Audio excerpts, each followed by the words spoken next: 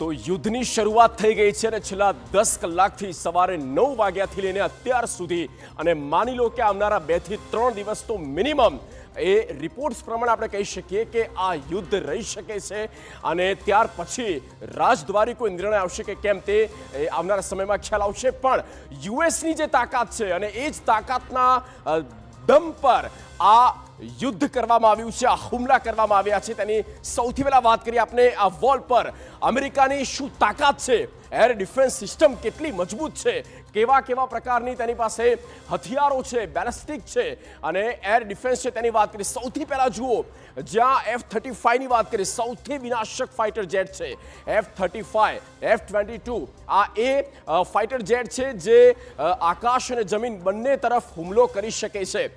ત્યારબાદ વાત કરવામાં આવે F-22 અને F-35 ની સાથે સાથે F-16 પણ છે અને F-16 કે જે અનેક દેશોને તે સપ્લાય પણ કરી ચૂક્યો છે, સટીક જે ટાર્ગેટ પર બેસે છે. અને ત્યારબાદ વાત કરીએ વિનાશક યુદ્ધપોત અને શરૂઆત આ યુદ્ધપોતથી થાય છે, એ એરક્રાફ્ટ કરિયરથી થાય છે. તેની પાસે છે USS એબ્રાહમ લિંકન અને આ એબ્રાહમ લિંકન, ત્યારબાદ USS જેરાલ્ડ આર ફોર્ડ જે અનેક પ્રકારના ફાઇટર જેટ લઈ જઈ શકે છે અને તેની ક્ષમતા પણ ખૂબ જ છે. USS કેનબેરા આ મહાયુદ્ધપોત છે જેના દમ પર બળ પર US કે જે એટેક કરે છે ઈરાન પર. USS Santa Barbara advance technology છે, એરક્રાફ્ટ કરિયર છે અને જેમાં અનેક આ મહાયુદ્ધપોતમાં ફાઇટર જેટ વહન કરવાની ક્ષમતા. એર ડિફેન્સ સિસ્ટમની વાત કરીએ તો MIM-104 પેટ્રિયટ મિસાઇલ જે કોઈ પણ પ્રકારની રડારમાં નથી આવતું અને તેના સટીક હુમલા પર જાય છે.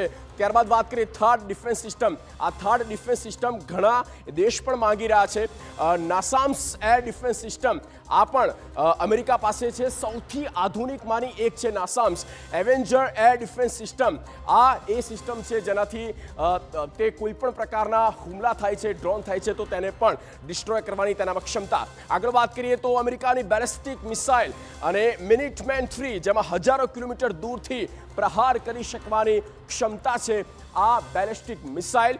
ત્યારબાદ LGM-35 સેન્ટિનેલ ખૂબ જ વિનાશક મિસાઇલ છે જે એક ખંડથી બીજા ખંડ સુધી જાય છે અને ગુરુત્વાકર્ષણના બળથી કે જે તેના હુમલા પર એ ટાર્ગેટ પર પહોંચે છે. ત્યારબાદ વાત કરીએ BGM-109 ટોમાહોક મિસાઇલ અને અનેક પ્રકારની ક્ષમતા 5000 10,000 કિલોમીટરની પણ ક્ષમતા ધરાવતું જ્યારે આ બેલિસ્ટિક મિસાઇલ અમેરિકા પાસે છે સ્વાભાવિકપણે.